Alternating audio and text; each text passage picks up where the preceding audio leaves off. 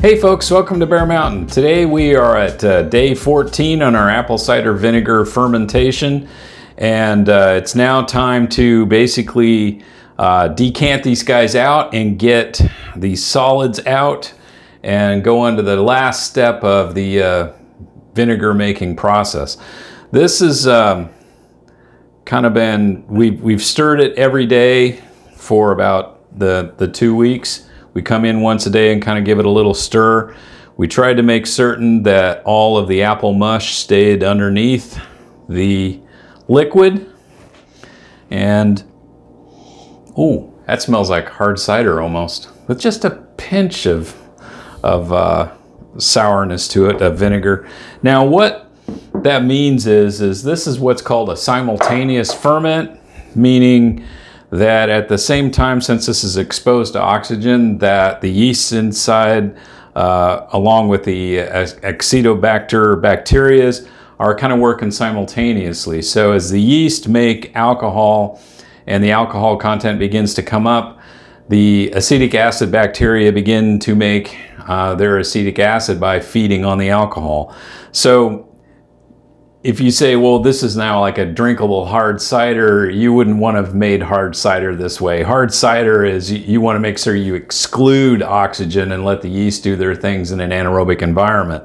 So this has kind of got a mix, and we're adding a little bit of oxygen every day when we came in with our wood spoon and stirred it.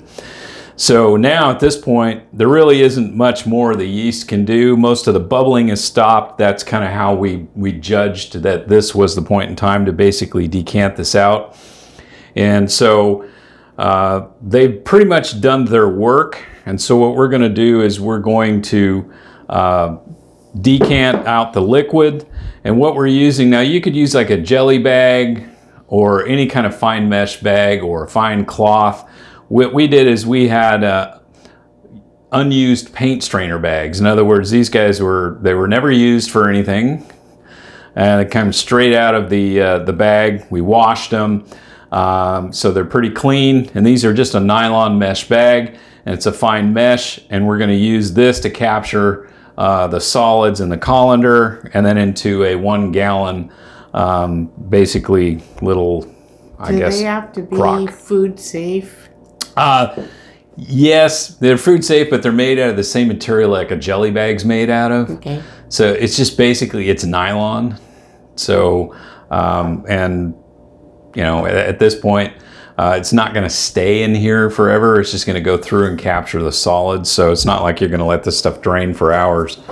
So the basics of it is we are going to dump the material in and capture whatever solids are left. We'll try to get all the solids out of here because we're going to give this a squeeze. Now, I don't know if you guys remember from the original, by the way, my hands have been cleaned, so I am sterile. That these apple scraps actually had a lot of color to them, and they had, oh boy, that definitely smells like alcohol. And, oh, I got a little bit left in there.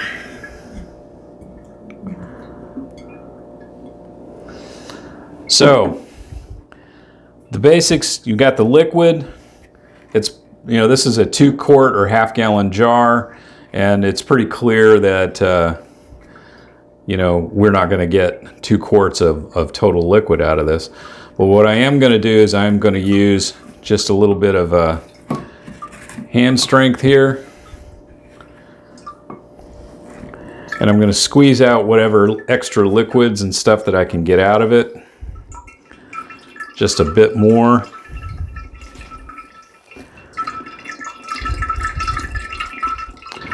Kind of a poor man's press. So I'm trying to capture as much as I can out of the remaining pulp. This is just making a small batch because this is an experiment before we go big. Right. You could, you know, what I would almost use is if I was doing a large, huge crock of it, I would use something like almost like a cider press to just kind of, you know, press out the liquid out of it. But you didn't anticipate filling that whole jar. oh, no. I wanted to get something big enough that the folks could see this is what it kind of looks like. So those scraps, what we'll do with those guys is we're just going to put that in the bokashi and let it do its thing. I'm going to now move on to what the next step would be is, and you don't have to do this. This is just something that you can do that will help kind of inoculate your vinegar. But if you didn't have it, like a unpasteurized vinegar like Bragg's, I'm going to add approximately a half a cup in this, because this came out of a 2-quart thing, and I've probably got about a little bit more than a quart here. And the point on it is it's going to be about 20% of the overall liquid is going to be in an apple cider vinegar that has the mother in it. So there is kind of like dormant. This is unpasteurized. So if you have pasteurized apple cider, there's nothing live in it, so there's no real point to do it. So you need an unpasteurized apple cider that has live mother in it. And what we're going to do is, this is an inoculant. So what we're doing is we're helping these guys just get a head start. Because what we want to do now is we're going to age this for a month. We're going to put it in our darkened jar, and then we're going to put a cloth or paper lid over it. You could use like a coffee filter or a paper towel or something. Hold it down with a ring, and then put it in a relatively not super cool place, but somewhere that's probably, room temperature, but like in a pantry someplace. And this isn't going to ferment anymore because the sugars have basically are gone. So the alcohol is what it's going to be, but now what's going to happen is the acetic acid bacteria are going to come and do their thing. And it's going to take it, like I said, about a month to get to the level of, acidity that you probably want. And then at that point, the final then would be, if we're lucky, we would have a mother develop on the top of it.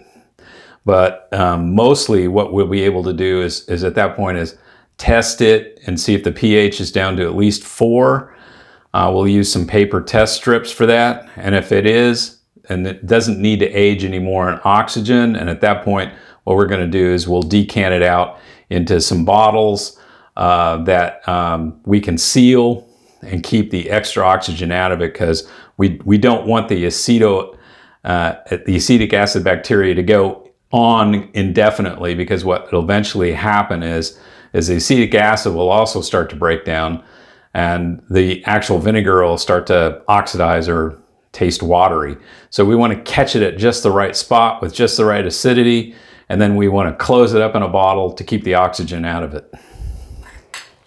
Do you have to use a dark jar? No, you don't, but you want to keep it out of light. So the dark jar is just, we had some, so it's just an extra So a dark jar in a dark pantry. Or yeah, or if you had some kind of crock or something like that, that would work as well. So the next thing I'm going to do here is we'll put this into, by doing this transfer like this, I'm actually kind of doing a little mixing at the same time.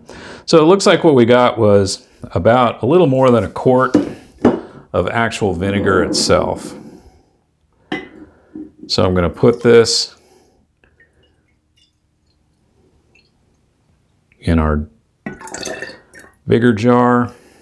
And this is, the nice thing about this is this will keep a nice level of oxygen on the top of it. You don't need to stir this either. Once it's in there, you can leave it undisturbed and let the mother develop on it. I mean, it won't, for the month. For the month, yeah. And the mother then, if it's a good, if it works out, you don't always get a mother, but let's just, hopefully we do.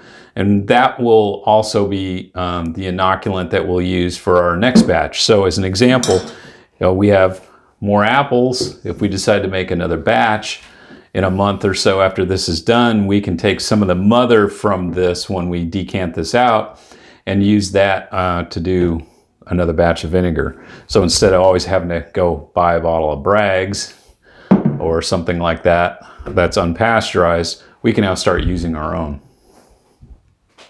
So as a last step, I'm just going to take a piece of paper towel and we're going to kind of fold that once, and I'm going to put my ring lid on, and that is it.